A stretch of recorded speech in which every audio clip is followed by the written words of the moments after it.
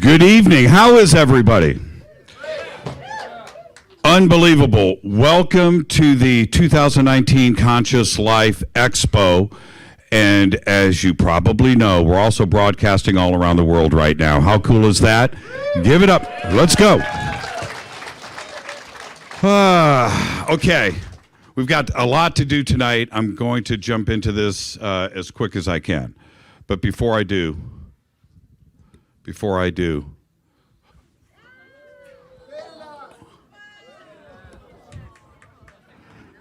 there's more. Don't relax.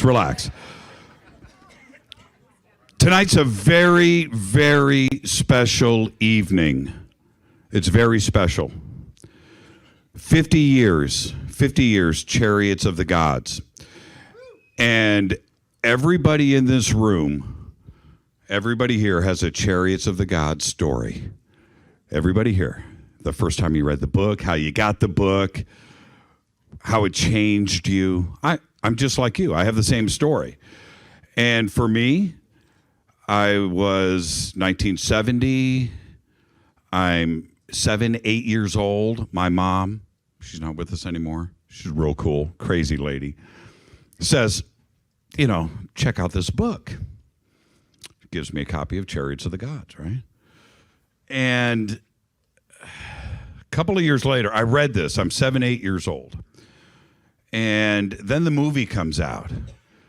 And we all remember that, the impact of that, right? The movie. And back then, 3 channels, right? Plus some UHF. And the commercials would come on.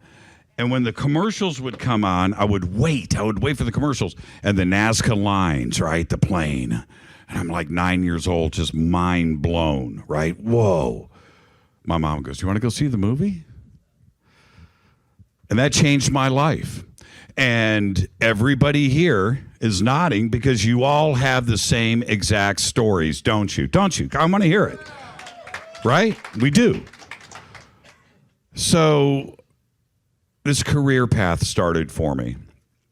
And here I am today. I'm 55. And it's 50 years after this book is released. And I am able to interview and meet people and do things because of that book.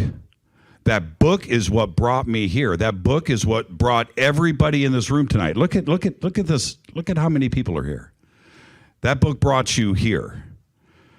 I like to take selfies. That little 7-year-old kid, Erich von Daniken, man, I'm reading his stuff. And I grow up and I take this selfie. Bust it up on the screen. I want you to take a look at that selfie. How does, I got a lump in my throat. How does a little kid grow up admiring somebody like Erich von Daniken and have the opportunity to take a selfie like that? And look, you don't see Tsoukalos in his hair. You don't see Jason Martell in his teeth. You don't even see me. Look at that man in the background, Erich von Daniken. And that's who we are celebrating tonight. He changed my life. He changed yours. And I would like everybody to welcome to this stage, up on your feet, Mr. Erich von Daniken.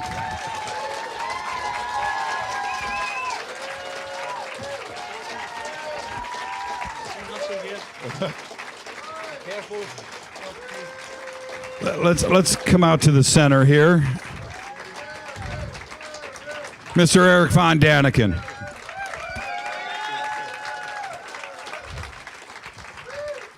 A couple of weeks ago, I interviewed Erich on Coast to Coast, and I'm sure you guys all listened in, and that was great.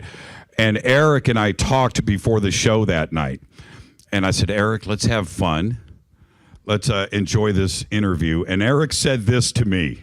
He goes, "Jimmy, you're loud, you're funny, and you're smart. We're going to have a great conversation tonight." And he got 2 out of 3 right. Do you remember that, Erich? Oh, yeah.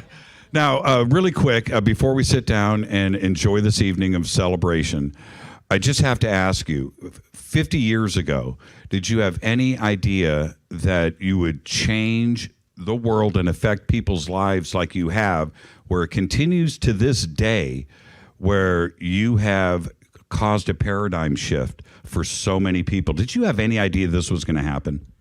When Chariots of the Gods was on the market, the German-speaking market, I was sure I was sitting on a volcano. And of course, I was crashed down by everybody. But I was never thinking that this would become a worldwide phenomenon. Now it happened. In the meantime, more than 76 million books entitled Chariots of the Gods are on the market, and we have a change in the spirit of time. On behalf of everybody listening around the world, everybody here tonight, the 2019 Conscious Life Expo tonight, we are celebrating 50 years of Chariots of the Gods. Eric, stand right there for a second. This book has meant so much to me, and do I know you? Have we ever met? Okay, that's good enough. Come on up on the stage. Just come up here. I need your help. I need your help. Stand right here. And if you could, because I need both hands, hold this book for me. I need you to answer 2 questions and then repeat after me. Would you do that? Me? The answer is, what is your name? Ariel.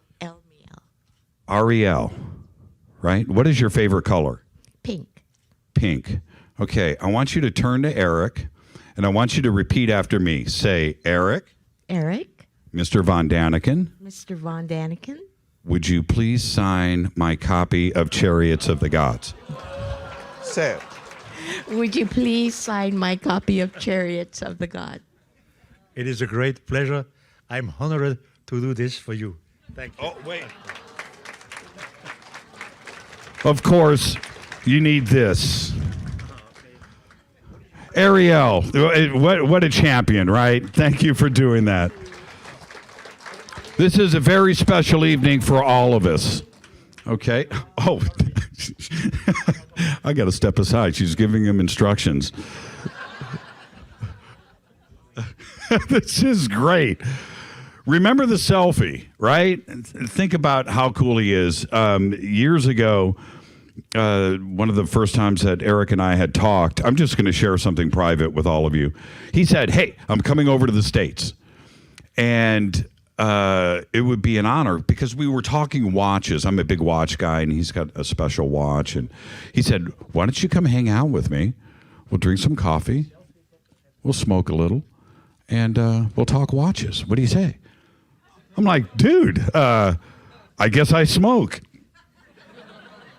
Let's go do this. And we sat and just looked, just taking selfies. This is just great. I've lost control of the panel. Okay. So anyway, 3 aliens walk into a bar.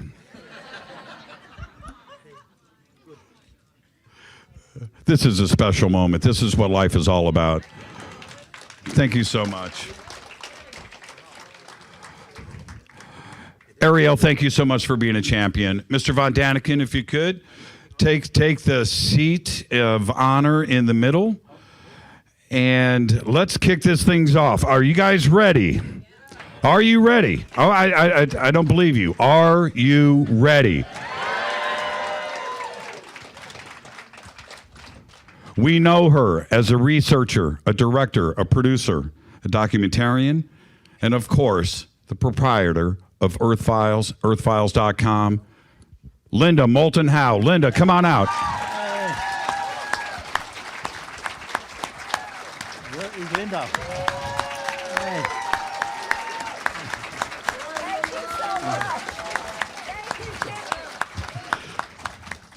This young man is changing things right now for our community. He's got millions of dedicated followers on social media seeking knowledge. He's an author. I just recently wrote the foreword to his new book. I'm very honored to welcome to the 2019 Conscious Life Expo, Mr. Billy Carson. Billy.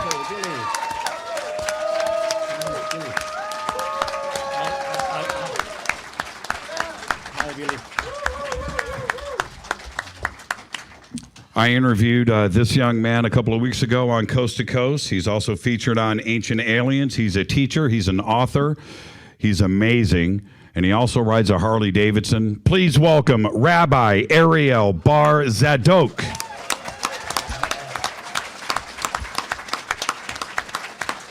Oh, Rabbi, where are you? Okay. Next up, he has been with Ancient Aliens since its inception. X-Facts, when it comes to the axis of this earth, the precession of time, and everything ancient knowledge, and also featured on the cover of Men's Health magazine, Jason Martell. Jason, come on out.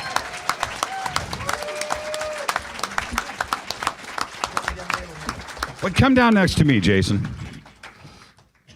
Appreciate the Men's Health part. Not quite. I was going to say GQ, but all right. Wow, what an honor. And let's just start where we should start. I want to start with Mr. Erich von Daniken, of course. And Eric, I have two questions for you. And everybody here wants to leave with something that they didn't know when they came in. You've been asked every question, Ed, that could possibly be asked of you. But I'm going to ask you something that hopefully you've never been asked. Is there one thing in Chariots of the Gods that people don't pay attention to that makes you angry? Is there one thing that you want people to know more about and understand? Well, Chariots of the Gods was a very provocative book. And what people never realized, in Chariots of the Gods, I have 238 question marks. People don't see the question marks. That's the difference. Why is that, actually? Well, because in Chariots of the Gods, I was not completely sure of everything what I wrote. Of course, I was on the right track, but I had myself a lot of question marks. In the meantime, I'm an old man. I'm 84 years old, and I have no more question marks. Well, there you go. We just learned something. Second question. What is your favorite part of the book? All of the sites, all of the evidence, the Colombian, right? Right? Okay. What's your favorite piece of evidence in the book? Well, in Chariots of the Gods, you have to differentiate between evidences coming out from old holy writings and facts, evidence you can see and touch and photograph. And the best evidence in Chariots of the Gods is definitely the tombstone of Palenque. Palenque is a Maya city in Central America, and there is a pyramid called the Temple of Inscription, and deep under this pyramid, in the ground, 7 meters under the pyramid, in 1952, they found a tomb. The tomb was a 7 meters high room filled with stalactites and stalagmites, which means the tomb must be very, very old, because 7 meter long stalactites and stalagmites. They pushed away these stalactites, and they were standing on a big stone plate, big, 3 meter 80 long, 2 meter 20 large. That's quite a block from there to here. And on the stone, an incredible chiseling. You see something like a frame, and in the middle of the frame, a man is sitting, bending forward, almost like a racing motorcyclist. You see he has a mask on his nose. He uses his upper hand, clearly you can see, to manipulate some controls. You see the lower hand, you still see the forefinger of the back of his hand. He's manipulating, he's winding something up. He's sitting on a chair, and outside of the frame you see a linking flame. Now, this was absolutely sensational in Chariots of the Gods. I was the first one who published and have written about this. I published the picture. Of course, archaeology has come with a lot of counter-arguments. They said, well, this is just the second last ruler of the city of Palenque. His name is Pakal, which is true. It is Pakal, it is represent. And then they said, he's not sitting in a frame. He's sitting in the open mouth of a mythological monster. So he's dying. And, out of his chest, the tree of life is coming and the cross of life is coming. And a lot of archaeological nonsense. You don't believe it. In the meantime, over 50 years have passed. And the newest scientific explanation, really top scientists, are the two American professors, Stewart and Stewart. the Father and the Son. That's why they have the same name. They are the best Maya specialists who can now translate the writing which is around the tombstone. And they say, yes, it is Pakal. Pakal was the second last ruler of Palenque, but Pakal is representing on the tombstone everything which has to do with the cosmos, the universe. He's leaving our planet Earth. So finally, after 50 years, they changed their mind and say, come on, Erich von Daniken was not so bad.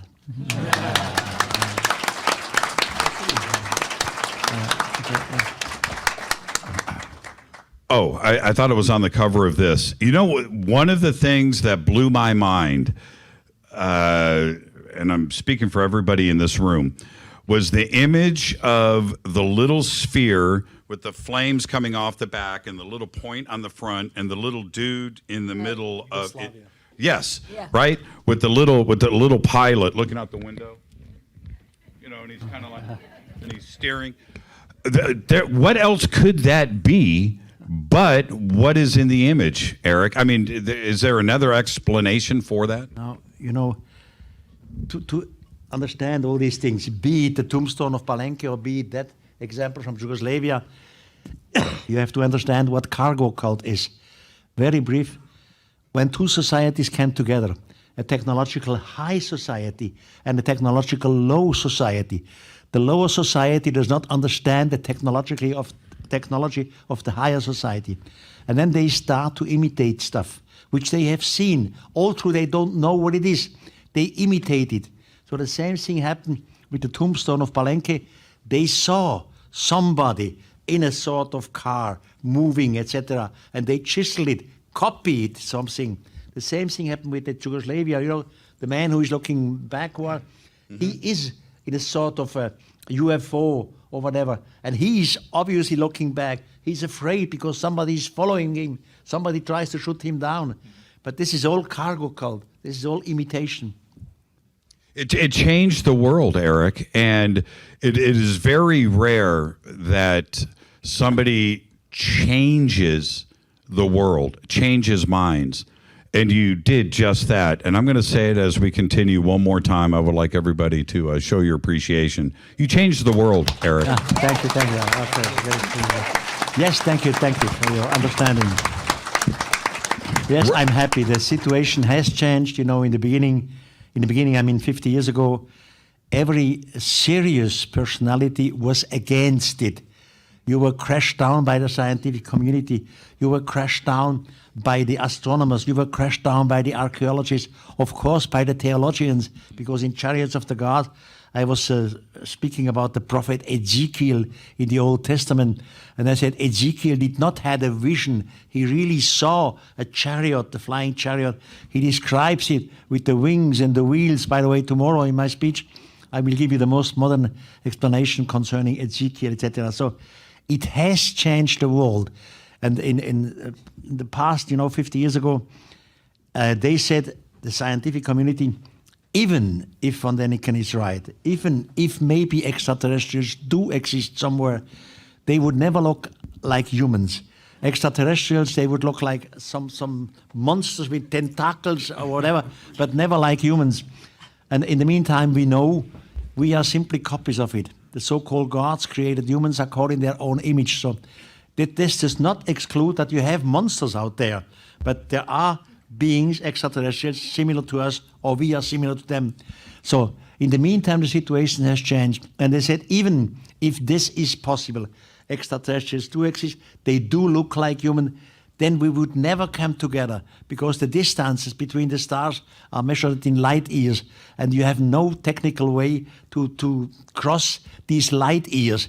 In the meantime, we know, yes, it is possible. We know how we could do it, how we could travel without reaching speed of light. Just with 1 or 2% of the speed of light, we can do it. So the situation has changed. In the meantime, all this crash down has stopped, at least among the reasonable people. And slowly we start to understand, hey, we must think it over.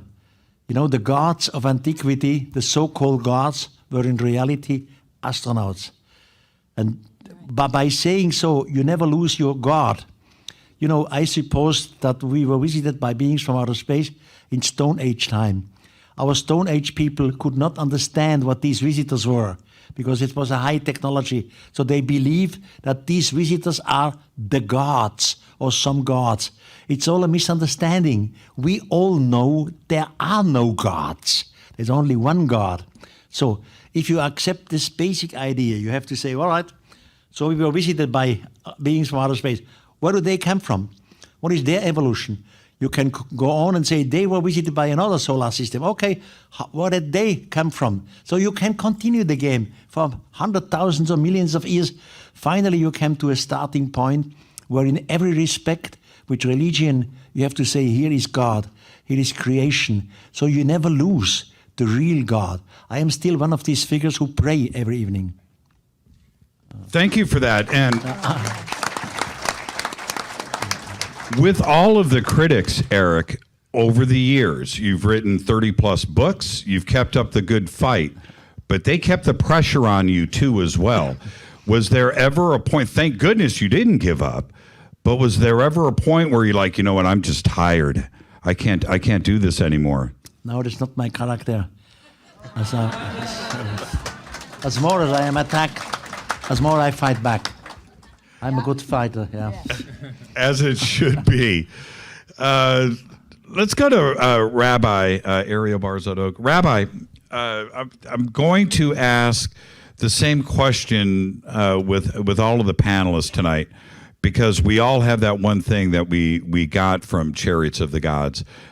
For you, what's the one thing that you want the world to know about Chariots of the Gods? What's the one thing that stirs you?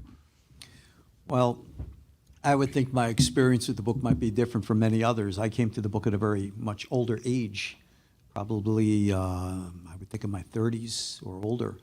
Obviously, I'm very well aware of what... You don't look but 35. Well,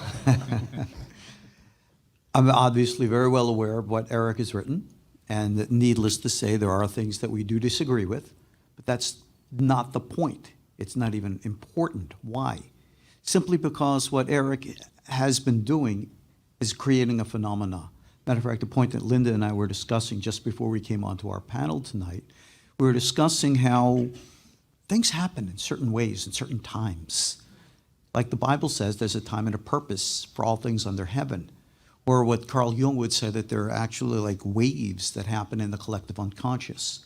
Revelations come in all kinds of different ways. It doesn't necessarily have to come from a religious figure through the context of any kind of a spiritual movement. I mean, I've shared this with Erich. I've shared this with the producers of, Prometheus, who make the Ancient Aliens TV program, that they've created a phenomena because they've opened up the floodgates to ask many, many questions. From my background in the Kabbalistic Torah tradition, I will say we haven't asked enough questions yet. What we're looking at, the examples that we've discussed tonight, there are all kinds of ideas and beliefs that people have. But like Erich said, the question marks, those must never disappear. They must always be there, because I think we're just at the surface of understanding things. Our tradition, as we've shared on our radio interviews, is not that they come from out there, but that they came from here, that they evolved from here, and that they are us. Pre-Adamic civilizations who have been here on Earth, maybe even millions of years, we don't know. And as such, they have gone to the stars. And that is why they have such a connection to our planet and to us. We're their children. And that is the way that we've always understood things. And in that respect, the methods and ways in the prophetic tradition, through psychic telepathic involvement, how we maintain contact and communication. Are you suggesting then that Chariots of the Gods has given you the comfort zone for going public with such radical ideas? Well, where, yeah, you laugh, right? I don't consider the ideas that I represent to be radical. I'm actually representing classical, traditional, orthodox, rabbinic, Kabbalistic teachings that are readily available in dozens of Hebraic texts in any Jewish bookstore around the world. Those people want to pick them up and learn. That's the point. Right. And like I was sharing, what Erich has done and what is now happening, why we're here, it's all, if you will, in quote, sign of the times. Things are progressing. Consciousness, knowledge is evolving. And Erich is part of that. It's not just that he's an author who writes a book because that's what you have to do to, make a living. No, this is much greater than that. And he's part of a phenomena. We are part of a phenomena. Everyone who's here is part of a phenomena. And it is a continuing growth process that's happening. And I don't think we've even, like I said, scratched the surface of what we have yet to discover. That's heavy, right? Thank you. Billy Carson. Billy. How you doing, man? I'm doing great, Jimmy. Billy, forbidden knowledge, the things that you talk about, the things that you are bringing forward, it's absolutely amazing in your knowledge of ancient Egypt and going further back than that. And you actually get out there and go around the world and do what's supposed to be done. You do the research. Where'd you just get back from? Well, I technically just got back from Tahiti. Okay, see what I'm saying? Lots of Mayan culture in Tahiti. But I just got back from Peru, Machu Picchu, Cusco, Lima, of course the Nazca lines. It was a great trip, phenomenal. Didn't you propose to somebody in Machu Picchu? Yes, my fiance is sitting right here in the audience. Yeah, that's what I'm talking about. Got me beat on that one. How do you top that? Rita looks at me like, what's your problem? What's your problem? So for you, with Chariots of the Gods, Yeah. right? It's the thing that Yeah. changes all of us. What's the one thing that you take away from Chariots of the Gods? One of the most amazing things that I could take away from Chariots of the Gods were the Nazca lines. I mean, the first time I had my experience with it was the actual movie. So I didn't have the book first. And so how it tied in with the Nazca lines was when I was a young child in my backyard, I saw a UFO. We lived close to an airport, and this UFO came over my backyard. I knew it was not an airplane. This is like 1977. So an airplane, I knew what it looked like, but UFOs weren't in my mind. They weren't on TV. We only had 3 or 4 channels back then. So it wasn't like I was being pre-programmed into thinking about UFOs. I just knew that this object didn't look like an airplane. So I started researching, and then I came across information at the library through the Encyclopedia Britannica about all the different forms of aerospace technology that was available to us, and I couldn't find anything like what I saw. Then a few years later, I came across information about Chariots of the Gods, and I never really looked into it too much. I just saw the book, I never really read it. But then a few years after that, then I ended up seeing the movie, and I was blown away. My mom, I was trying to explain to my mom what I saw, and she sat me down and told me about the Nazca lines. And she told me, this is back in, a long time ago, and she's telling me that there was she thought it might have been an ancient airport in Peru. And it blew me away. And then when I saw the movie and then eventually read the book, it just was like one of the biggest driving forces I had to get there. It was on the top of my to-do list. Let me jump in and just say that a couple of months ago, Billy flies to Peru and shoots a video, him in the plane, flying over the Nazca lines with his fiance there, right? Flying over the Nazca lines, and his excitement of shooting this video was absolutely incredible. And I have to say, what was that like, flying over the Nazca lines after seeing it for so many years? It was a dream come true because, my mom, bless her soul, has passed away. And she used to tell me about a lot of ancient things. And my family's been tied into a lot of very strange things like, top secret, architecture with NASA. And my grandfather's team was tasked to go out and refurbish the Great Pyramid and the Sphinx and things like this. So it was like one of the things I just felt like I was going on the same path and journey as my family members, and living out, maybe fulfilling their wishes and their dreams, through me, just through some of the conversations that we had. So it was a great experience. It was a life-changing experience. And I want to thank my fiance because she actually bought me that trip for my birthday. It was my birthday gift. It didn't get any better than that. Yeah. Linda. How you doing, Linda? Well, I am provoked by what he's saying because I was flying in a Piper Cub over the Nazca lines in 1986 in June. Oh. And the pilot was nice enough to say, I can take you anywhere for at least an hour and a half. And one of the things that I really wanted to get down low, and I said to him, that 6 mile long triangle Right. that some people call airport, or, I would really like for you to go down as low as you can, and I want to photograph as we go. And he said, you're going to be surprised because you hear all about Maria Reich saying that these were trudged by the feet of locals, right? He said, wait till you see what it looks like for real. So we're in this Piper Cub. I've got the camera ready. He starts coming down right at the end of the, goes for 6 miles. I still have the photographs. And it was as if you took pressure and you pressed down a couple of feet into the soil from the surface for 6 miles.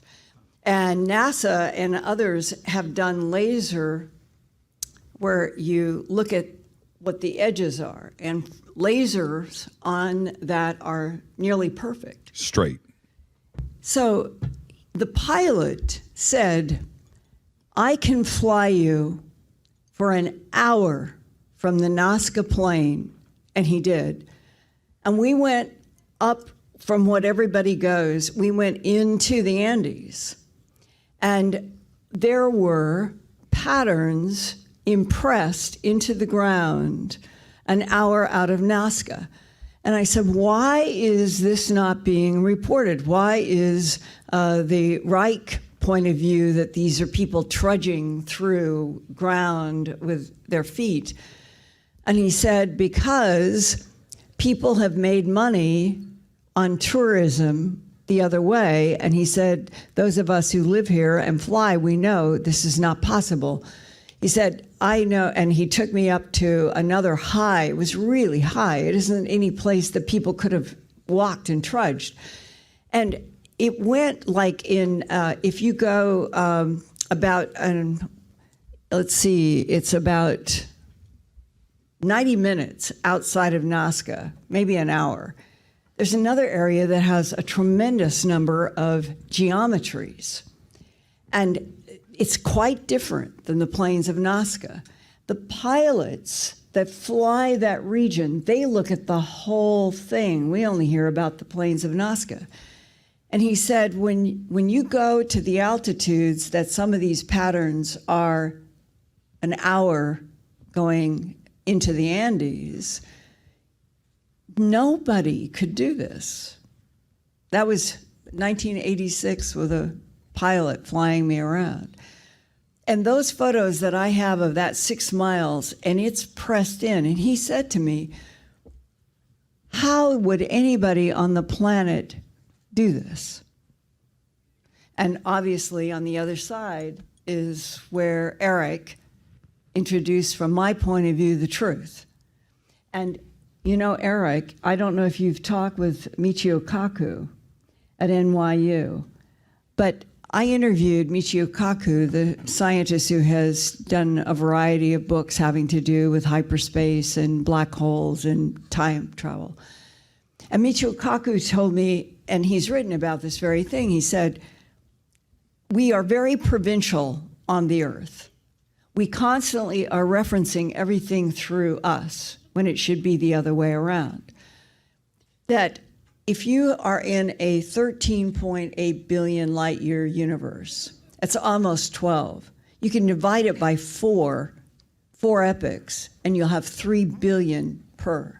Mm-hmm. This planet is 4.6 billion years old. So we can easily be in the last of, say, 4 epochs in the universe. And that's where he comes up with other civilizations. So that the Palenque astronaut would be an advanced intelligence that came, mixed genes. This Earth has been used, I think, as a laboratory for millions of years. And because we are humanoid, it's because there are humanoids out there. And one other really important thing to share with this audience who probably has read John Keel. I flew back from a conference around probably 92, somewhere in there, with John Keel. And we were on an airliner, and we had been at a conference, and Bud Hopkins and Keel and I had been talking about several things. And I said to him, in a kind of innocence, I'm coming into all of this through animal mutilations, which people have a very hard time with. But from my point of view, talking with the government, it's a genetic harvest. And all kinds of containers are made, and it actually has a logic if you come from outside of the universe to Earth, not Earth going out. And the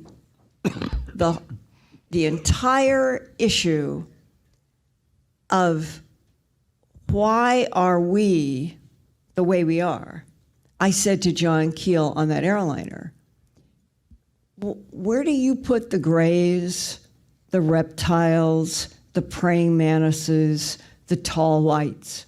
And I remember he was a big man. He was really quite huge. And he sort of pulled himself up in the airline seat, and he looked at me and he says, Linda, there's nothing in this universe except humanoids. And I'd never heard this before. This goes all the way back to around 1992. And I said, why? Why are you saying that? He said, because the original prime intelligence in this universe, it's humanoid. We are like them. Wow. John because Keel. they manipulated DNA here. Goes right back to what the One rabbi short said remark. earlier. Yeah, go ahead. When she was talking about Nazca, and on television, you always see Nazca pictures. I mean, birds, spiders, monkeys, all these figures. Tomorrow in my speech, I show you Nazca lines, which you have never seen. Absolutely shocking. Yeah, because they exist way beyond the plane. Exactly. That's the part that people don't hear about. Jason Martell. Smile for everybody. Look at them chops. All right, Jason Martell. Jason, you have been involved with Ancient Aliens since its inception. You have a great relationship, but how has Chariots of the Gods changed you? What's the one? So Jason comes up to me backstage. Check it out, man. 1968 edition. You can't even touch it. Don't even look at it. I got it right here. This is it. He had it in his pocket. How has it changed you? Well, so there. I know we only want to talk about one thing, but so there's the book, but then there was also the video of Chariots of the Gods. That's right. Then there's also The Mysteries Continue, Part 2. And so just one comment about the Nazca piece. In his video, when you go up into the mountains there, these geometric patterns that you see everywhere, and I always remember his comments because he'd be like, there's scorpions everywhere, so I wouldn't go there. But when you go up from a height and look down, there's not just lines. You see these very advanced diagrams, and I'd never seen that outside of Erich's research. And that's clearly something beyond just, some tribe scraping things in the ground. There's literally, complex math happening there. But the one thing that really caught my attention that I always thought was interesting, and I'm hoping maybe Erich will speak about it, is in The Mysteries Continue, you actually show, and I forgot where it is, I apologize, it might be Chichen Itza, I'm not sure, but you actually show that some of these pyramids were topped with a white covering, a bright white covering, and you actually went to some spot where you opened up a part of the ground where they had been throwing this mica, the stone, the mica in there, and explaining how it was a very rare stone that used to top the pyramid. That to me was fascinating because there's all these rumors about even the Egyptian pyramids and other pyramids having an outside coating that was much more complex. And so that was one of the things I think that really caught my attention, to keep it short, but I'd love to hear just comments on that mica, because boy, that really caught my attention. Well, this mica was found in Teotihuacan. Teotihuacan is Mexico. It's easy for you to go there. It's just about 30 kilometers out of Mexico City. There are gigantic pyramids in the so-called Street of the Dead in the center. And just near to the Street of the Dead, it's only about 15 meters away, just near to a pyramid, is a chamber, a subterranean chamber. And since a few years, it's open. And then you can open the, how you call it, the lid. And then you see mica. It's all mica. The full chamber is filled with mica. And this is a real mystery. The archaeologists in Mexico, they do not know what is this mica for? Where does mica come from? But now mica were found not only in Mexico, in Teotihuacan, in at least 4 other places, including Tikal, which is Maya, including Egypt, etc. Now, in the old Hindu books, in the Mahabharata, in the 5th book, the Mausalapurva, they describe different flying objects called vimanas. And these vimanas needed some special fuel. The fuel is a mixture of different components. And one of the components was mica. So maybe mica, the deposit of mica and the different places around the world was because they needed it. It was a component of their fuel. Without mica, they could not fly. The other thing for me when we talk about this, which is so important, is that Orthodox academia is going to say that Stone Age man didn't have the ability to do, certainly in Peru, no writing, there was, all of that stuff was lacking, paper and things like that. But the intelligence of doing work with mica or other materials back then, either we were smarter than we're giving credit for or not. But you can't have it back. You can't have it both ways. Why is it, Eric, that modern academia will fight this and say that it was Stone Age man that was doing it? Well, if it was Stone Age man, they didn't have the intelligence to do it. Why won't they give in? Why this pushback? You see, the modern archaeology, everything is based on evolution. Evolution starts slowly. You have a technical evolution, and it becomes bigger. Our knowledge becomes bigger. Our technology becomes more complicated, etc. They say it's all a process of evolution, which I do not agree. It's not only a process of evolution. It is quite possible, like the Rabbi said before, that some unknown 100,000s of years ago or whatever, we had already a high civilization here. But this discredits evolution, the story of evolution. So just because of this dogma of evolution, they are saying, oh, this is not possible. Could I add something? Yeah, actually, hold that note. We're all wearing the famous, from Chariots of the Gods, the Colombian jet, right? Mm-hmm. What year were these created? Created? Yeah. What year? Like actually the replicas? Yeah. No, the real ones. The real ones, when they came out of the river in Colombia, yes. Well, that was found in a tomb in Colombia, in a tomb which is at least about 1,500 BC, so seen from today, 3,500 years Now, back. I'm sorry, but this, we're all wearing the pins tonight. I stole this one from Giorgio. There's only one thing that represents, and that's a jet. Well, it's on display as an insect model. Yes, as an insect. And it's this kind of stuff that we get from Chariots of the Gods. I'll never forget the first time that I saw this. There's only one thing that is. It's not an insect. It's not a bug. They saw something, right? Yes. They recreated it. There was something going on back then, but yet they want us to believe that was a bug. But one thing, the original was found in a tomb of a very rich Indian chief. We don't know his names. And the original is of gold, original full pure gold. If it would have been simply an insect, they never adored an insect in gold. Forget it. It must be have something much higher Right. than an insect, something which they adored, which they prayed to, which they wish to come back. By the way, the original of it, since many years, is in the Gold Museum in Bogota, at the National Bank in Bogota, open for tourists. You can go there and you see it behind thick glass, you can photograph it, the original. Yeah, the last thing you're going to do with gold so many years ago, something so precious, so important, is make a model of a fly. I just don't. It's all garbage. I don't see that a good use of resources. And staying on this, Eric, when this information has come forward, like Pakal, Pumapunku, all of these ancient pieces of evidence, each one of them gets fought. And I know that we keep going back to this, but everything gets fought when, if you went to anybody on the street and said, what does this represent to you? What does this represent? What does this look like to you? They're going to give you an honest answer. But instead, we get fought. I don't is it because they have blinders on and they don't want to see what we see? Exactly, they have blinders on.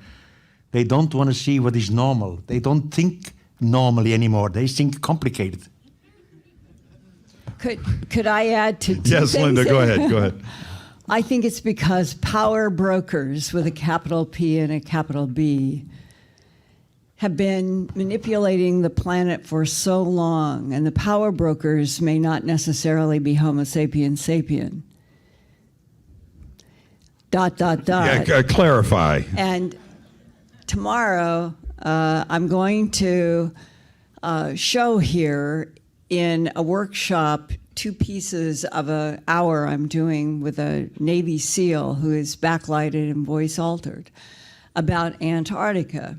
And this relates to what we're talking about in terms of the age of this and the age of so many things that Homo sapiens sapien could not have anything to do with.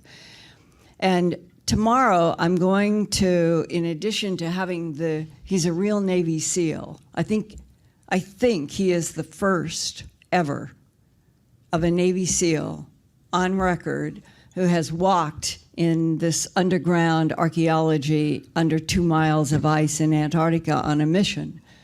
And to hear him talk. And He's here? In my video. Oh, okay. I was like, I want to meet this guy. No, I've been unfolding this on my YouTube channel, Right. and No, now I I'm thought- going to do this.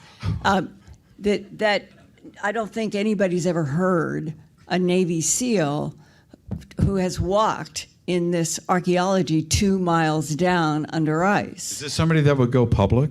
No. Yeah. No, it's if I told you it's taken me 2 years to get to this point. And in those 2 years, my life has been threatened. His life has been threatened. It's been unreal. And that's why I hope everybody comes tomorrow to hear him. He deserves to be heard. And people say, well, why would somebody who was a Navy SEAL speak out to you?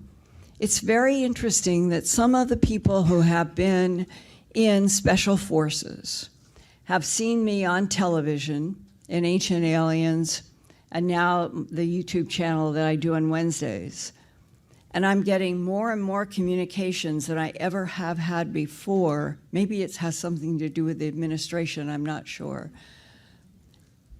But here's what it boils down to. If there are 62 acre, and this is what we've measured by ground penetrating and ground ice penetrating radar, the 2 miles down in a specific latitude and longitude, which I know where it is, but I'm trying to also be responsible, and I'm not giving that out yet, but I'm giving the general area. There's half a dozen, 62 acres each. The structures are huge, 80-foot tall ceilings, 30, 40-foot corridors. Energy is still in them as the Special Forces mission move through. Light, only it's a lime green, but it reacts to what is moving.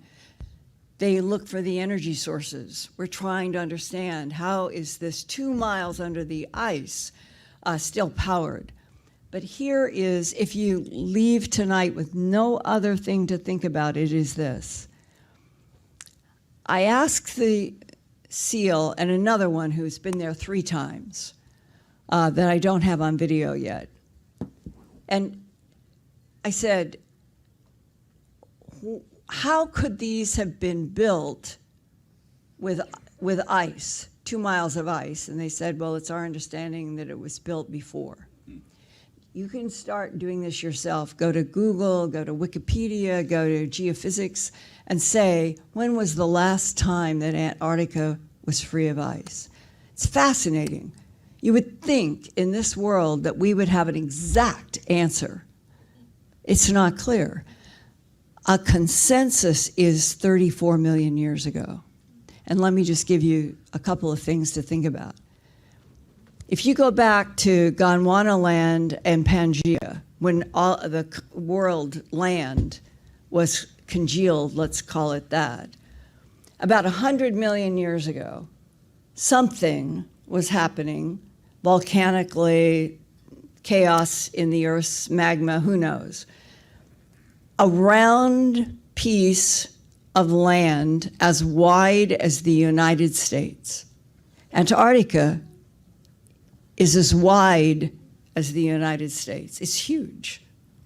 It has a circular shape, not a circle, a circular shape.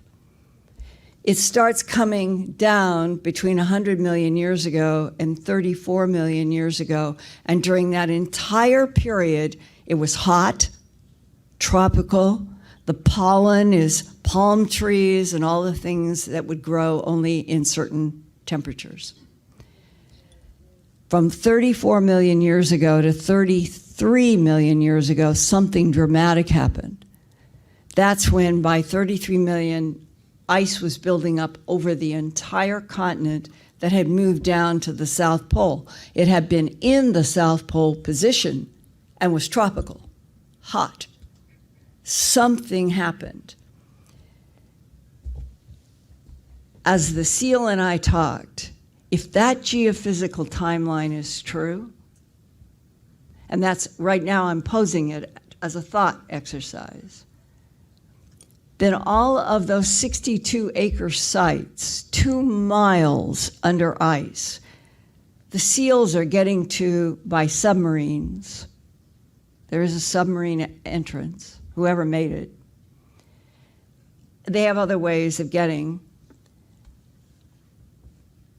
And there are 6 of these, or 7, and the structure is black basalt. It is one of the hardest stones on planet Earth. It's up there with granite. And everything is made out of this black basalt with hieroglyphs and patterns that are carved all over. The doors of sections that the Navy SEAL that you will hear tomorrow walked, because his job was to come and extract an archaeologist who was there photographing all of the symbols, all of the patterns. They don't know what the language is. It looks a little bit like Egyptian, a little bit like Mayan, and it's not known.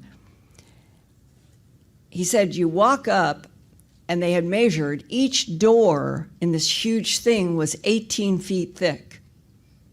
How would you even make anything with an 18-foot solid black basalt door that would even move? And he said, and all they had to do was take their index finger and touch it. And that on the upper left and the lower left of this 18-foot thick black basalt were technologies. Those were his terms. They didn't understand it at all. If they just touched the door, it opened. They would walk through, these are SEALs, they would turn around, and on the back side of each door was the same pattern. I took a notebook. I don't like to front load with anybody. This was very dangerous, what I was doing. The only way I could do it was me videotaping. And I put together a notebook that had a whole bunch of different things in it. And I just asked him, I said, can you just flip through and see if there's anything that resembles what you saw on the other side of these doors? What did he find? And- Tell me right now. I'm on the edge of my seat. It was a circle, Yeah. 12 lines with two 90-degree angles at the end, a ring. It's the black sun. He knew nothing about the black sun with Hitler. It was on the back side of each of those doors. If it's 34 million years old, the black sun antecedent has absolutely nothing to do with Homo sapiens sapien or Neanderthalensis or Denisovan or Homo erectus. The standing up primates on planet Earth are only 2 million years old. Put it in your mind in a fraction, 2 million over 34 million. Bottom line, this planet, this solar system, has had habitation that would go back millions and millions and millions of years before the first primate ever stood up on Earth. If our planet is a laboratory, which I think it is, the most important part of what humans are, as I'm becoming convinced, is our soul. And that the soul is not mythological. It's not boxed up in pasteurized religions. It's the part of us that gives animus to life. And that the story that is unfolding right now as we go forward in 2019, I think is that we have to break open that headline. We are not alone in this universe. We never have been. Tremendous amounts of stuff have been there long ago, just like Michio Kaku has described. But that the irony of all of this is, if we are somebody else's androids, that something in the divine field pulled the rug out of the android makers. And I think that Homo sapiens sapien has a soul that may be unlike anything else in this universe. And if we knew it and we lived it, how could we possibly kill each other? Thank you for that, Linda. Linda Moulton Howe. Do you need a tissue? I'm a little choked up. Rabbi. There's a lot. Yeah, that was wow. Rabbi, based on what Linda just stated, and your statements about us leaving this planet, right? A higher civilization in millions of years ago. How do you respond to that? Does this line up with what you have been suggesting? And the text? Yeah, well, like the Bible says, Ein kol hadash tahat hashemesh. There's nothing new under the sun.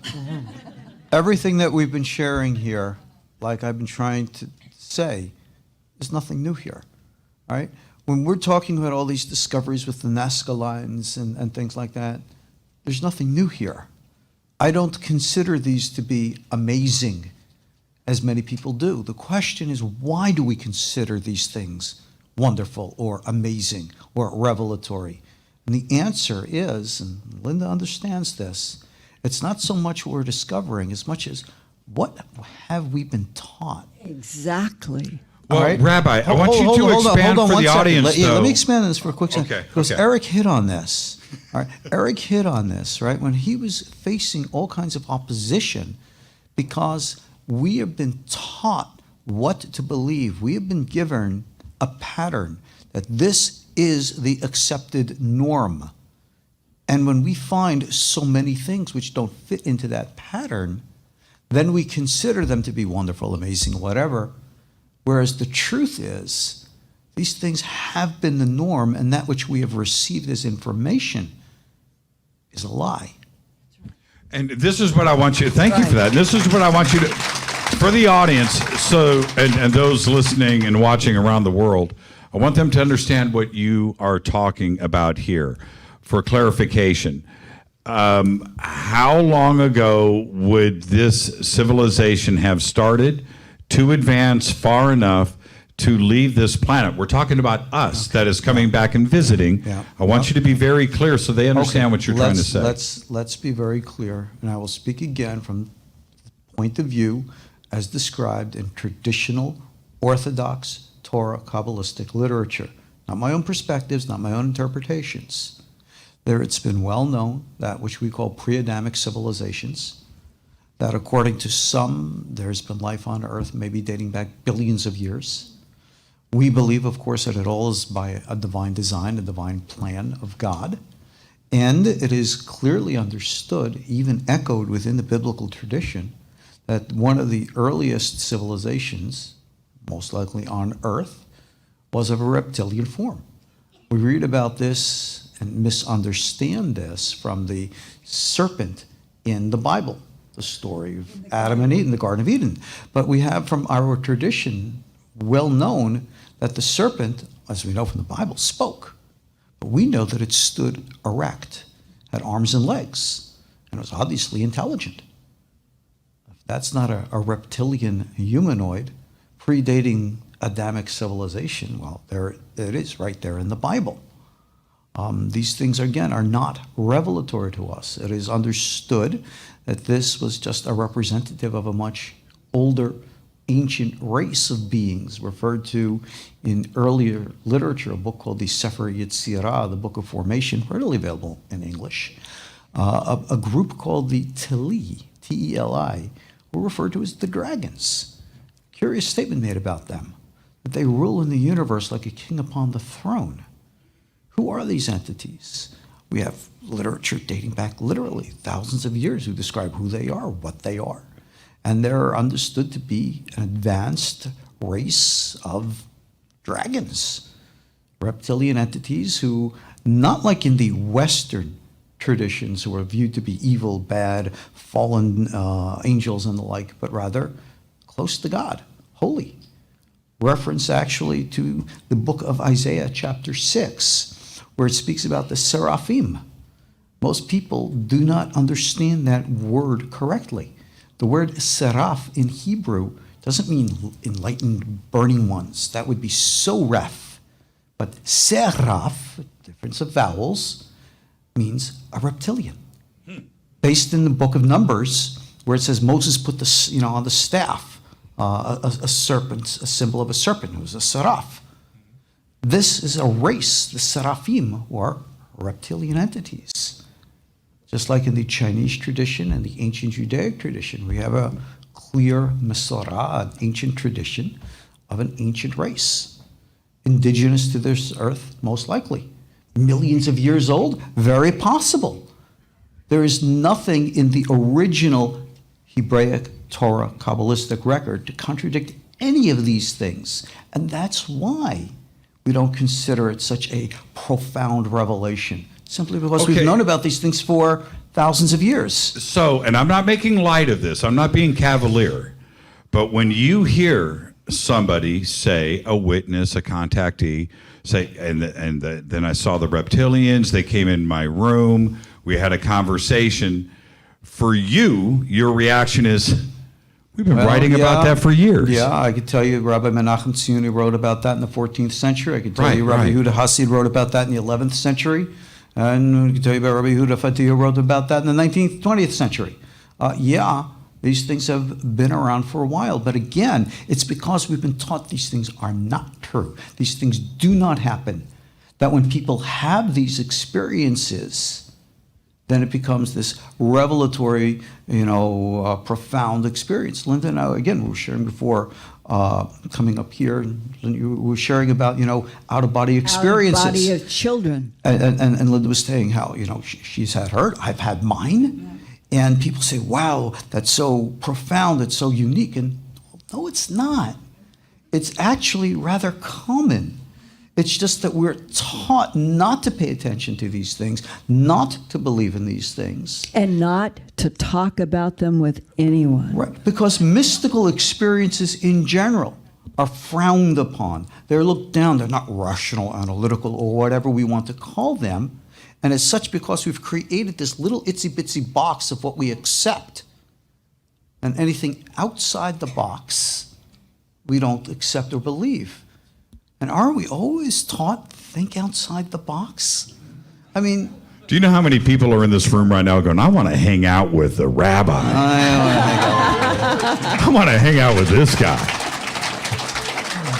One last question, Rabbi, if you would.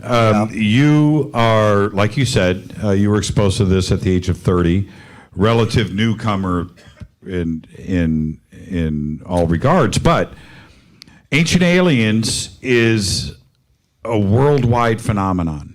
It is something that reaches out beyond this community to people that are asking these questions. What does that suggest to you? That you don't have to be a contactee or somebody that believes in UFOs, that they are asking these questions that Ancient Aliens is presenting. This is a point that I made with the production staff of Prometheus Entertainment, who makes the Ancient Alien program. And we had our first conference in Santa Clarita. We had, what was it, 10, 15,000 people? Linda, you were there. Jason, you were there. We had an amazing following there. I turned to Kevin Burns, and I said, Kevin, this is not people coming here to meet their favorite stars. I mean, I'm not a star. These are people who are coming, like people are coming here. They have questions. They're pursuers. They want to know. I said, Kevin, you've created a phenomenon, and it's part and parcel of a growing evolution of consciousness, which, if you want to speak about it from a religious point of view, call it pre-messianic revelations, the coming of the Messiah, whatever our traditions might be on that, the dawning of a new age, the age of Aquarius, whatever. Truth is coming out. Erich is part of that. Somehow, and this is something I shared with Erich before, somehow, somewhere, something or someone or somehow put the idea in his head all those years ago, think about these things, write this book, put it together, right? I don't think Erich could say after the fact, oh yeah, I sat down 50 years ago and I knew all of this was going to happen. Right. No, I don't think so. We don't think like that, but somehow, somewhere, whatever power that be did. And Erich became that conduit. And here we are each now as individual conduits in our own way, participating, contributing to the greater whole of things. And Linda, in my opinion, said it very accurately about, what we call, if you will, the holiness of souls. Yeah. The concept of the evolution that we're all, if you will, like Master Yoda said, luminescent beings, not this crude matter. Right. And I don't know if this is a laboratory or an experiment or whatever. I mean, I don't have access to that kind of information. But what it is that we are evolving entities. We're growing in awareness. And that's happening. So yeah, this is all part and parcel of whatever was then with whoever they were, whether it be the TEILE or pre-Adamics or whatever. We're maturing. Like Arthur C. Clarke would have said in his book, this is childhood's end. And That's whether right. the human, whether the planet is going to evolve into a different dimension or whatever, but we're at that place right now, and this conference is part and parcel of it. Right. You're a rock star. Thank you. Rock star. Billy Carson, staying on the same subject, and I'm going to come this way, staying on the same subject. Forbidden knowledge. That's exactly what you're about. Yeah. And you literally have millions of followers on social media following something called forbidden knowledge. Yeah. Right? Absolutely. How hungry is the world for this? And what does Ancient Aliens and Chariots of the Gods play into? Well, I started this a very long time ago in terms of spreading knowledge and information. And when I first started, it was just through private meetings with a small group of people. And you couldn't talk about aliens and ancient civilizations and UFOs, out in the open, because you'd be considered a freak or a crazy person or whatever. But over time, I saw it go from private meetings to exchanging conspiracies on VHS tapes, to then exchanging information on CDs, then DVDs, and then now, mainstream cable and now streaming networks. So I've seen the evolution of the growth of consciousness and the acceptance of this information, which shouldn't be alternative information. It should be the standard information, but we're calling it alternative for now as we grow into it. But I've seen this evolution occur in consciousness going all the way back from the 1980s all the way till now, 2019 going into 2020. And I can just see, through even with my own stuff, through the internet with forums and websites and blogs and now social media. It's just incredible. And so now you go out to restaurants and you'll hear people in the table behind you talking about aliens or UFOs or conspiracies or crystals or spirituality, getting away from, all these different types of things. Just, you can hear the consciousness evolving through the people. So I'm just really excited. This is a great time to be alive. I'm so happy to be a part of this. I feel like I'm one of the pioneers of this whole movement, even though, Erich von Daniken is one of the great grandfather of the movement, so to speak, because I really feel like that information kickstarted so many people and got the wheels turning, and everybody knows somebody that you don't know. So eventually that information ended up getting to me, and then I was able to take the information and turn me into a researcher, and then from there I was able to begin to spread that information, and it's just spreading like that exponentially. And I really do believe that through the movement of our planet, our solar system through the galaxy, and the amount of cosmic rays that we're absorbing, especially since we passed through the galactic equator back in 2012, and now we're headed into the age of Aquarius by 2025. I really do believe that a lot of those, the different gravitational pulls, cosmic rays, all have a direct effect on human consciousness and DNA. And I really do believe that that also is part and parcel, a little bit of the cause for some of this evolution in consciousness, and also the amount of people that are now automatically starting to wake up and want to know more information, starting to ask questions that they never asked before, starting to look at alternative news and things like that to try to get more information. And I think that we're on a great path, and I really think that our future is very, very bright, and we're probably ushering the human race into the silver age, and then eventually into the golden. Maybe if we can get some stem cells going, I can make it to the golden age. Now, the audience probably doesn't know what I'm about to say about you, but Billy also has his own record label.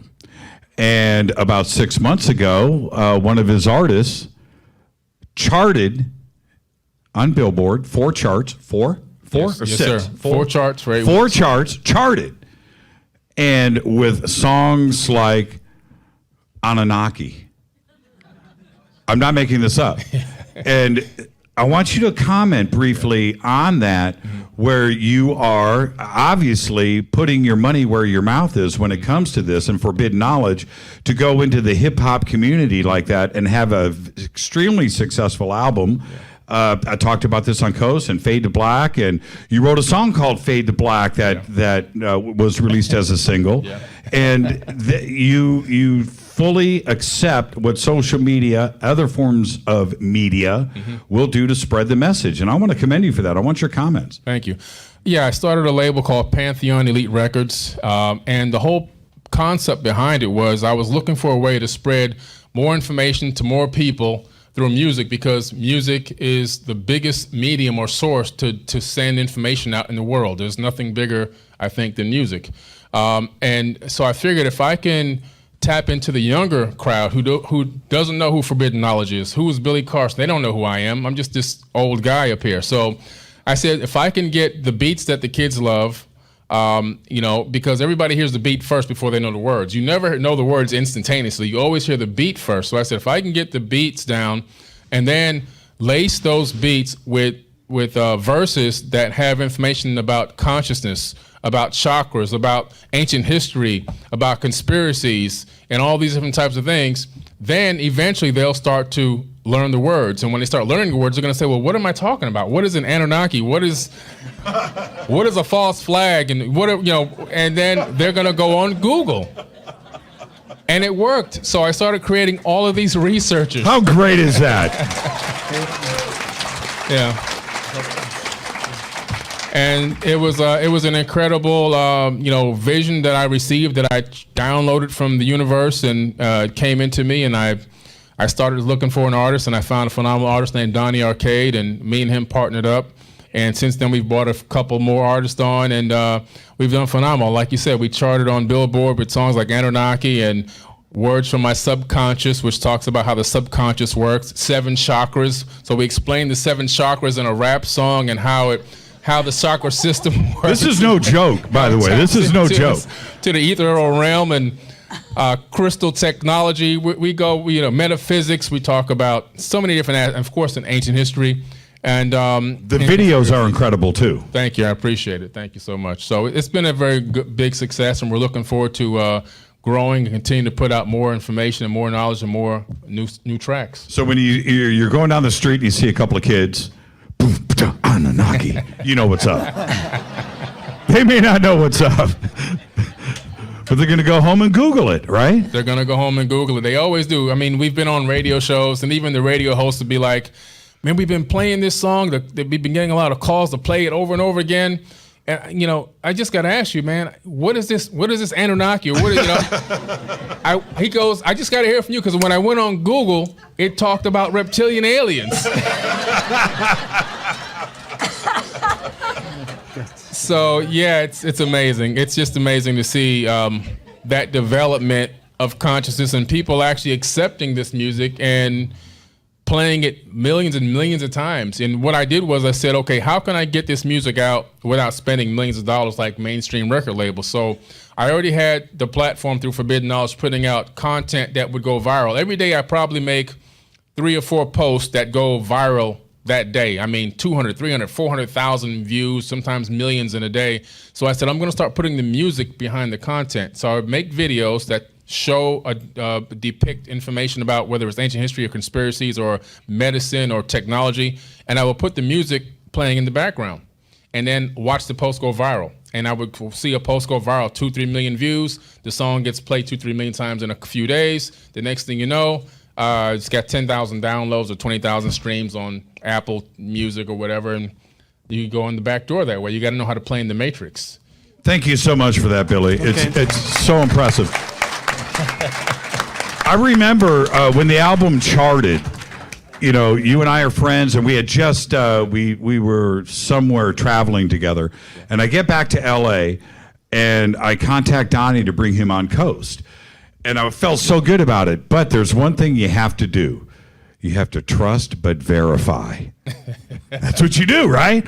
So I jump on, and I look up Billboard charts. Donnie Arcade right there, Anunnaki, chart number 2, chart number 3, live. And I was so proud of what you guys put together, and just to see Anunnaki charting on Billboard, right? Thank you for that, Billy. Just incredible. Yes, Hey, Jason, do you have Anunnaki on your phone? Have you been spinning that? No, unfortunately, I do not. Okay. Never heard the song, but I will have to check that out. That's awesome. It's pretty amazing. Jason, you're a tech guy. You're a startup guy. That's what you do. And you've got this little side gig called Ancient Aliens and this other life. I just have to ask for everybody in this room, do the people that you work with know about your other life? Do they come in and go, dude, I saw you on Ancient Aliens last night? Or are they paying attention? Or do they ask questions? Or do you have a line drawn in the sand? I've kind of always kept a line drawn in the sand over the last, let's say, 10 years of my professional, how I make money versus doing the research. But as several other colleagues have pointed out here, the climate has been changing. And so it's very gratifying that it's moved from small groups to appropriate things like this, where, yeah, it is a little bit more mainstream now, and that I don't have to be as worried about my professional career intermingling into my hobby, because it's reached a new plateau where it's like, oh, Ancient Aliens, man, that stuff's cool. And it hasn't always been that way. It was very much, like a dark topic that, as Billy pointed out, you couldn't articulate it in the right way, or else you'd come across weird. So that climate has changed, And I'm very grateful for that because, there's surface topics like aliens and UFOs and Anunnaki. But as you hear from some of these other researchers like Ariel and such, there are deeper topics that we're all aware of. And we're really, really trying to get to the bottom of these answers, meaning all the great ancient cultures that we know of, they all speak of and have been influenced by some lost race, and we don't know who they are. We could call them gods. You could call them some pre-Adamic population, Atlanteans. That's too corny. But the point is, there are civilizations touching Göbekli Tepe and the Mayans and the Hindus and the Sumerian. All of them have been influenced by some lost race that was globally going around and teaching this knowledge. That's some really interesting stuff, is trying to unlock these doors beyond the recorded history books of today and bring out new information. So that's where I really get jazzed, is history isn't linear, that shows where people in the past were dumb and we're getting smarter. No, the further back you go, you find much more brilliance in architecture and mathematics, because more than likely there is a cyclical process. We've heard of the Dark Ages, the Golden Age, you hear these terms, but there are over 30 ancient cultures that used astronomy as a guide for time. And so we hear terms like precession and things like that, that today we don't understand. If I ask the audience who understands precession, you might see one or two hands. But these are leading scientific terms that the people up here, and through shows like Ancient Aliens, are pushing the mainstream science forward and teaching them what the real truth is. So that's what I'm very grateful to be a part of. It's an honor. Thank you for that, Jason. Just recently, it was last year, but Jason invites Rita and I down to his house for a cookout. And okay, so we go down. And what he doesn't tell me is the other guests at the house were his coworkers, right? And so I'm odd man out, man, right? I'm not a techie. I'm not a brainiac. But we had a lot of fun. So anyway, Jason introduces me to everybody like this. He goes, "Oh, by the way, everybody, Jimmy's on the radio talking about UFOs. That's his gig." Am I stretching the truth? Dude, you were the most popular person at the... They would not stop talking UFOs all afternoon. It was incredible. It was like they were free. They're out of the closet. They were able to talk about these things with somebody that was not going to ridicule. And they had questions, Jason. Yeah. They had questions for you, too, because they didn't know a whole lot about what was really going on. You brought up a lot of interesting eye-opener points there that, again, mainstream people aren't usually aware of. But if you hear it in the right emotional context, a little light should go off and allow you to question whether you believe it or not. Go to Google and start looking around. It was so much fun to go through, and you threw me under the bus. But what it showed me was that it doesn't matter when you're walking down the street and you're passing somebody. Don't judge, because they have the same questions that you do. They may not show it. They may not walk around with one of these pins on, right? I was abducted UFO T-shirt. They may not do that. But they have the same questions that all of us do, and that was an amazing afternoon, very eye-opening for me. All right, let's Linda, I want to go straight back to you, talking about the forbidden knowledge side of all of this. It's truly forbidden. It was such a taboo subject for so many years. Today, because of the efforts of yourself and Eric, where we can actually go and speak about this like I did at Jason's house, and Billy releasing albums, the Rabbi on Ancient Aliens speaking about ancient Hebrew text, where for all of this now, are we at a point in society, is disclosure close? Are we able to talk about this stuff comfortably? Well, I'll tell you, a signal is coming from Harvard University. The chair of the astronomy department is Avi Loeb. He's amazing. And he emails me all the time, as well as his colleagues, as he keeps putting out more and more papers. And the one subject that Avi Loeb, he is the chairman of the Department of Astronomy at Harvard University. He is on the board for Starshot. He is involved with major issues having to do with all things related to us getting off the planet, going to Mars, getting out into the solar system. Well, what I'm coming to is that he has for now, because I've interviewed him 3 times about Oumuamua. That was that long, flat thing that came through, and it is defined as the very first interstellar. I guess you would say that the human mind, it's the first time ever in human history that leaders in science said this is from X and it's interstellar and it's never been here before.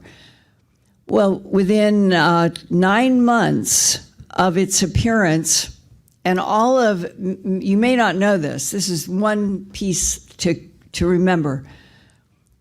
This object that was like a ratio of 200 feet long and something like 40, 50 feet wide, that it's very long and thin, that when they were doing calculations, it came toward the sun, then it did a hairpin turn, literally like this.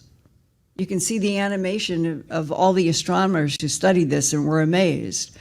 And when it came around on this other side of the hairpin turn, after it came from the sun, it was headed toward the Earth.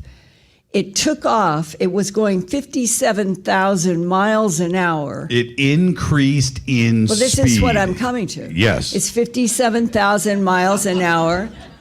Well, you don't have to jump. And then it comes around this side of the hairpin, and it went up to 96,000 miles an hour. And there was not one possible signature that there was any ice, not a comet, wasn't gassing. How could it go from 57,000 to 96,000 miles an hour? And then Avi Loeb started writing papers saying that his hypothesis was that this is an ancient craft and still operating. This is from the chairman of the astronomy department at Harvard. He will not let his foot off the gas on this. He is steadfast. He sent me at least a dozen papers just in the last year. Yeah, absolutely incredible. So what does that say to you? Are we getting close to something? When he, last week, the latest press release from him and his statements, which I'm sure that you heard from him, I did, that he's talking about the possibility of a solar sail, and that this is a very thin structure that is wrapped up, but that's what is going on here. And again, he won't give up on this. He's got a lot of pressure to change his mind, but he's not. Okay, I wanted everybody's minds to be blown tomorrow when you get to hear. No, what about tonight, right now? Wait. Right? It's an answer to your question. The Navy SEAL speaks from information on the 8th floor of the National Security Agency about Oumuamua. And the NSA says it's a derelict spacecraft that has come from the constellation Lyra. That's what I'm talking about. I know, I'm not kidding.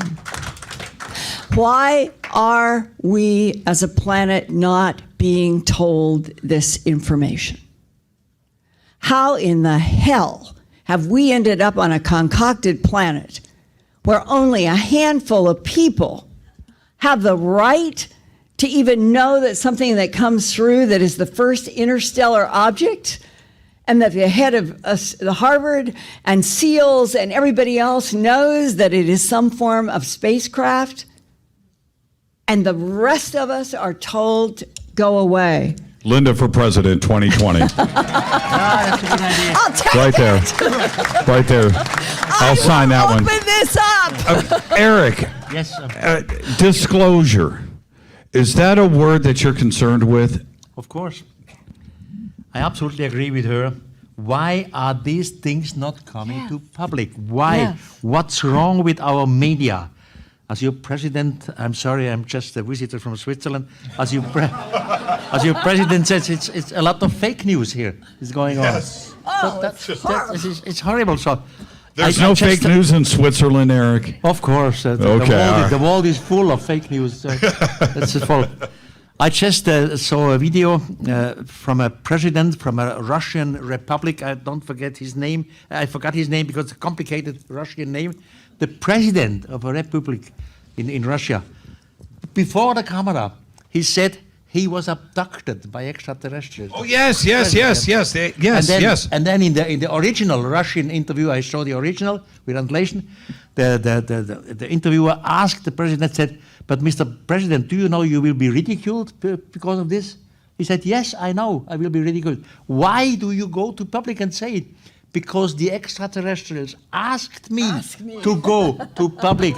So they want that the situation changes. You know, we are talking about the rabbi talking about ages and maybe ideas coming from outside. First of all, when I write my books, I write it in my mother language, which is German language. Then some of these books are translated, and from time to time I have to read the translations. For example, the French translation, I speak fluently French, simply to control if the translation is correct. And then I read my own books, which I have written 2 years before. And I'm wondering myself, Eric, how do you get to this idea? Where did this come from? And the information is always correct. So maybe there is something like an influence. We are never sure. Yeah. And concerning some datings, I just remember, so 2,500 years ago, the Greek historian Herodotus, maybe you heard in school from him, Herodotus, he was in Egypt. He was 450 BC in Egypt, 2,500 years from now. And he was living in Egypt in today's Luxor. At that time, the name was Thebes.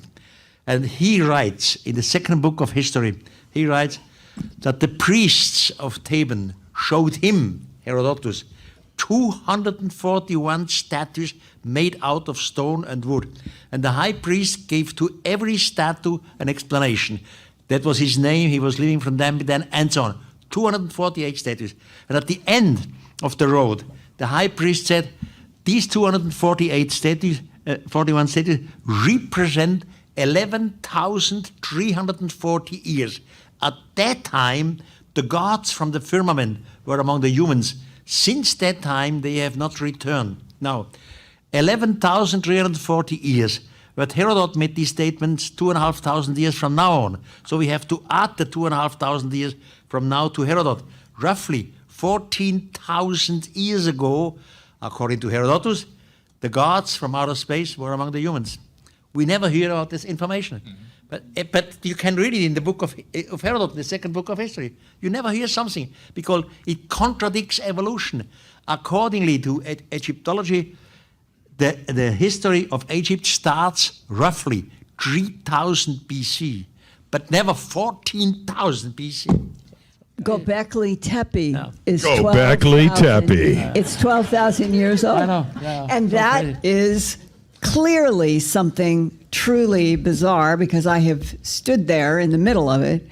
And anywhere else I've been on the planet, I could sort of feel the gestalt of it. And when you're in the center of Göbekli Tepe, what hits you is this is totally you can't feel it. You can't understand what you are in. You are looking at creatures that are three-dimensionally. It's like you took limestone that weighed 15 tons and you did an intricate animal. It's not glued on. Somebody had the ability to do. You had to plan that. Oh my God. Yes, yes. And then you realize that you can't get a feel for what it is. What is this place with 300 and some huge pillars and rings? And the first morning that we were there on June 13th, 2012, we were deliberately waiting for the sun to come up, and I was standing, it's in a bowl. So when you're up here, Göbekli Tepe is actually down like this, and this is where the archaeology is. And I was just so curious whether when the first rays of the sun, June 13th was close to the solstice, would any of those rays penetrate down into this bowl? And two things did. And I did this 180-degree turn and could see, and so I started walking down to them, And that's when I had this feeling that I'd never been any place on earth ever that was that weird, that was that foreign, that was nothing. I couldn't feel anything. And Schock, Robert Schock, the geologist, he got his PhD at Yale. He knows quite a bit about geology. He came down and he was standing next to me and he said, you know, I've been looking at the top of all these T-shaped limestone pillars. And he said, the only thing that I can get from this place is these are like tuning forks. And he said, and what if this whole place was made to have something come from above and vibrate a frequency to do X? And he meant UFOs. May I just a remark here? Yes. Göbekli Tepe is a place. Say it again. How did you say it? Göbekli Tepe in German. I've been saying it wrong this whole time. So, Abraham, you know the biblical Abraham, was living he was burned just 60 kilometers away from Göbekli Tepe. Nobody knows this. And Abraham, there is one of the Dead Sea Scrolls, is the Abraham scroll. There in the first person, he says, it was evening when he heard a noise in the space. Just near to today's Göbekli, he heard a noise in the space. And then all of a sudden, a light came down. And then two beings looking like human, but different to human because they did not breathe like humans. They had something before the haze. No, Abraham Apocalypse in the Dead Sea Scrolls. And then he said, I never saw beings like these on earth. These two beings, they take him, Abraham, up into the sky. He goes up, he flies over the earth. He's up there, he says, I wish to fall downward to the earth. If somebody says, I wish to fall downward, he's not on the earth. And he described the round, the circum of the earth, all in the Abraham Apocryphic, just near to Göbekli Tepe. So maybe this is a link together, space, yeah. Man, I got to learn how to say it like you. That's incredible. The Turks say Göbekli Tepe. When you're there, the Turks say Göbekli Tepe. They need to listen to some of my commercials. You guys get it, don't you? You guys get the humor there. It means Potbelly Hill. Yes, it does. It does. Eric, I have to ask you something very serious here about Göbekli Tepe, which is this. When it was discovered, 1995, Klaus, when it was discovered, were you expecting it? 94. 94. Oh, yeah. Were you expecting it? Were you anxious to say this is what I've been on about? No. It gives you the opportunity to do that, doesn't it? I was very surprised about that finding. I was very curious. By the way, I was personally never there. In my books, I only write about things which I know in person, which I touch, which I smell, which I know the history. Until today, I was never there in person. So that's why I have never published something about Göbekli Tepe. But there is another place in Indonesia called Gunung Padang, and it's even older than Göbekli Tepe. 26,000? Yeah, some 22,000. Yeah. I was there, so all this story of evolution just crashed down. Forget it. Well, Go ahead, Linda. yeah, let me share just one thing, that when you go to the museum that is in Sanlurfa, about maybe 3 or 4 miles from the site, they have been taking the most valuable pieces that they have been digging and getting the dirt away because people started stealing. It was an open archaeological site. There was nothing around it when we were there. And believe it or not, people were coming and stealing things that were archaeological. So they did a deal with the Sanlurfa Museum. And the day we went in there, as a journalist, I have always had this thing about going with my camera when I don't know anything. I don't know where I'm going, I don't know what I'm seeing, and taking photos as I go. And I found it to be really valuable in my work. So I came into the museum with that, doing this, taking photos as I was moving around at different things and getting teeny bits of lecture. And there was a room in the back. And so I am approaching. I've never been there. There's nobody around me. I'm just taking pictures. And I see something that's about 6, 7 feet tall. And so I'm working my way toward it, wondering, what is this? And I come in from the side, and it looks like something 6 or 7 feet tall, sort of a reddish stone that looked like it had serpents going down the side. Now, I come around now to the front. So this is my very first encounter from the front. And the snakes are knees. Imagine, and at the top, once upon a time, there was something up here, a face, and something had obliterated the face, even carved it in. You can see the next creature here. They're not human. It looks like a creature, and it has knees. And this is part of what looks like snakes from the side. And then there's another head and another body and more knees. What are you suggesting? And I'm trying to then- picture this. And then you come down to the bottom, and there is what looks like a human baby being born from a pubis of these creatures that rise. And as I stood there in a state of absolute shock, thinking of these briefing papers that I have been shown, extraterrestrial biological entities manipulated DNA in already evolving primates to create Homo sapien. That is exactly what the statue at Göbekli Tepe, now in the museum, looks like. Creatures that give birth at the bottom to a human infant. It's amazing. And it's 12,000 years You old. were standing in shock. I'm standing in shock right now. In Urfa Man, one of the most famous statues, right? Yes, he's amazing. Where you're talking about something that is potentially 15,000 years old, right? Very old. It's 12,000 according to the German archaeologist. So, give or take 3,000 years among friends. But what I'm suggesting here is there's a lot of effort that goes into that, and we're talking about primitive Stone Age, pre-Stone Age man, that to have the artistic vision to carve that statue takes a lot of time, a lot of resources, a lot of commitment. When you can be out looking for food, protecting, trying to survive the night, that's what you do. But they made a mistake.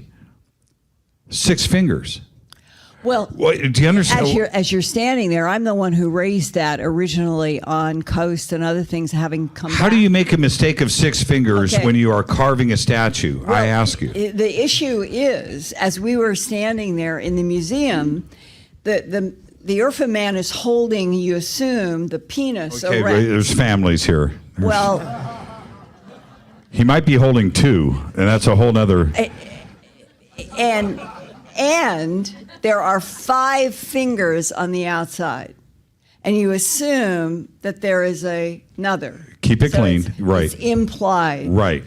And that would be 6. That would be 6. And 2 other things. The testicles are definitely hanging there.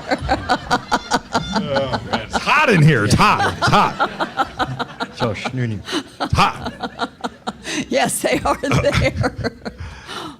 As we start to wind down this evening, has this been amazing? Have you guys learned something tonight? Yes. I would like to actually do this. Eric, 50 years, you've brought us all together. You have changed lives. You've changed the world. It's not going to stop. You've started something that is just now, it's a train running downhill. The snowball is going to continue to grow. I thank you for all of that. But what I would like to do is I would like to start with the rabbi down in the end. I want everybody to have an opportunity to not only thank you, but let you know why they appreciate your work. Rabbi, I would like for you to take a moment.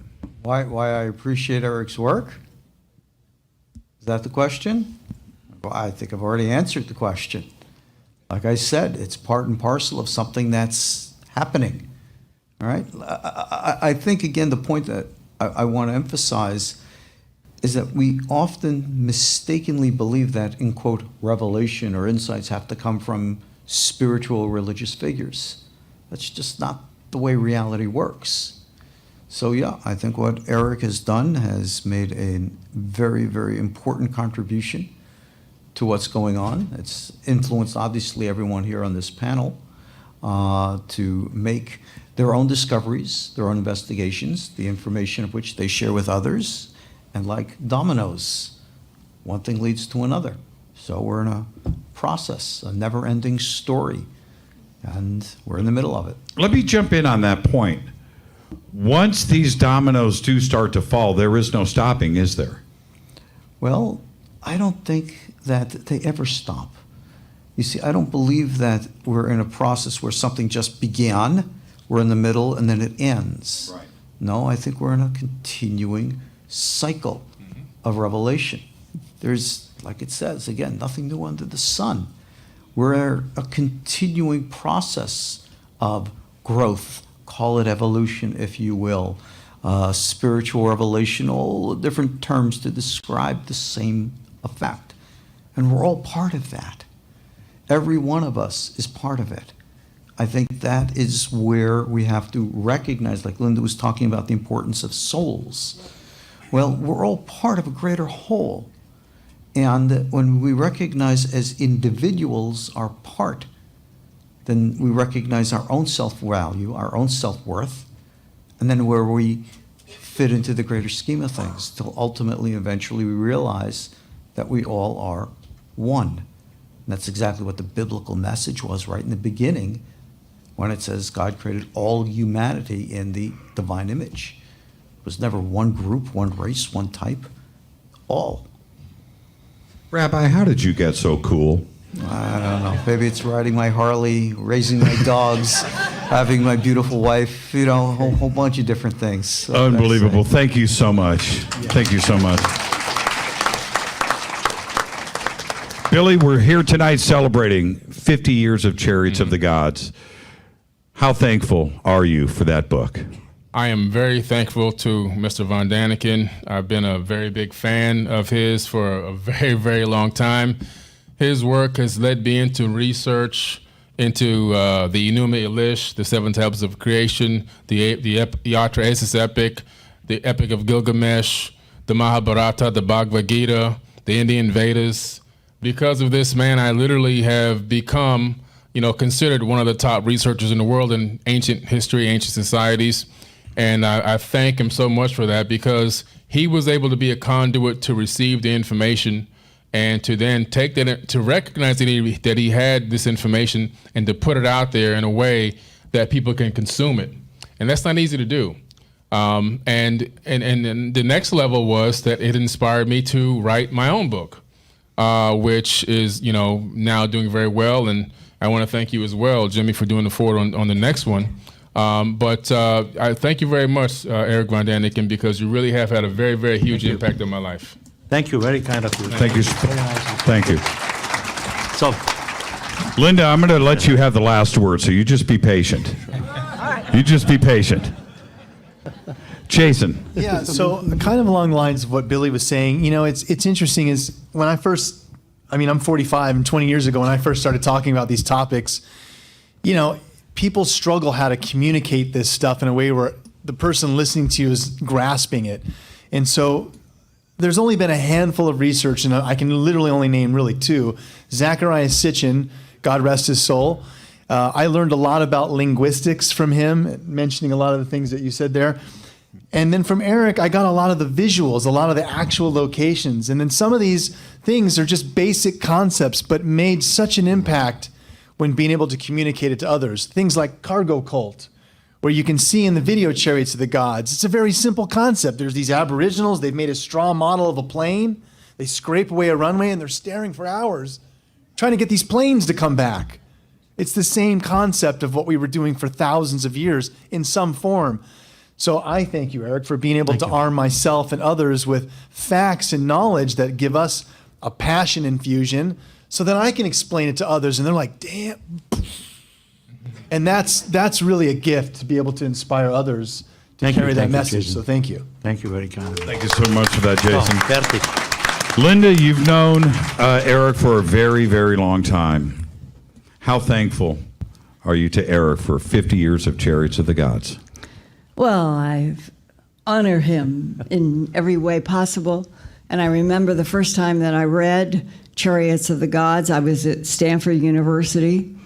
I was working on a master's degree in communication.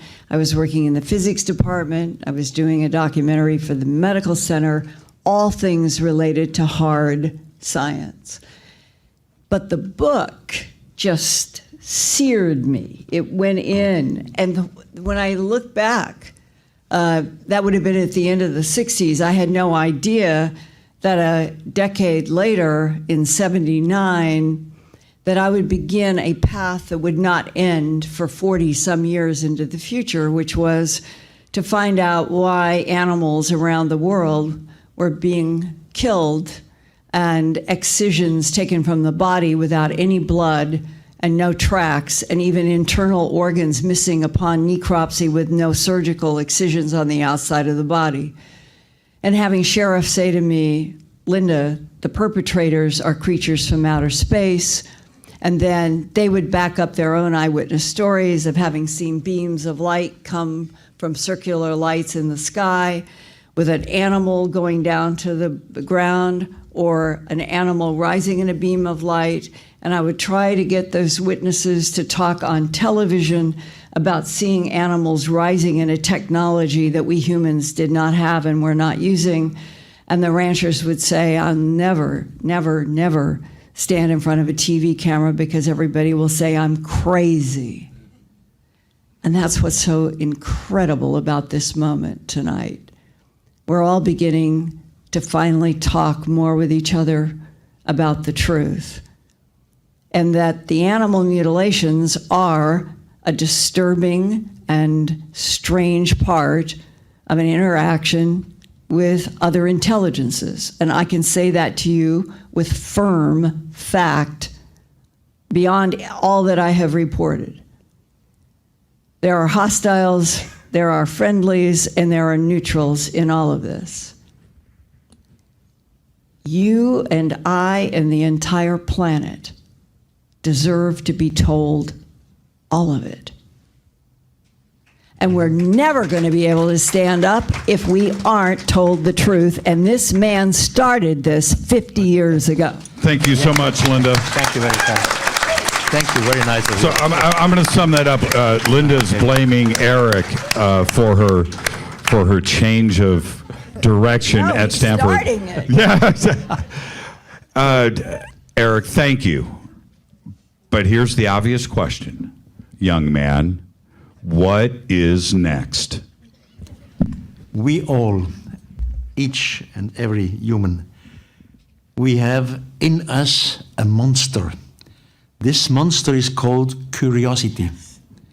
We all are curious, and we can do nothing against curiosity. Curiosity means asking questions, and curiosity will bring mankind to outer space. Why? Just dream a dream with me. Imagine our scientific community would know everything. We made a hole through our planet. We know the inside of the planet. We have studied all animals, all brains of humans. We know everything, everything. It's a dream. What would we do as next? There are still little lights out there in the Milky Way, in the sky. And because of the monster curiosity, we are forced to ask, and what the hell is this? Sooner or later, we have no chance. We will go out there and find it out. And this will be to find out, where do we come from? How have we developed? This is all curiosity. We are all curious. Me too. As long as my brain functions, and at the moment it functions very well, I go on and write and research, and I never end until I die. Me too! Thank you so much. I want to thank all of you. This is the 2019 Conscious Life Expo here in Los Angeles, broadcasting live around the world. Please stand up and give it up for Jason Martell, Linda Moulton Howe. Stand up, take a bow. Mr. Erich von Daniken, Mr. Billy Carson, and Rabbi Ariel Bar-Zadok. I'm your host, Jimmy Church, for tonight. I want to thank all of you. And you're not getting loud enough. Everybody have a great evening. Give it up. I want to hear it.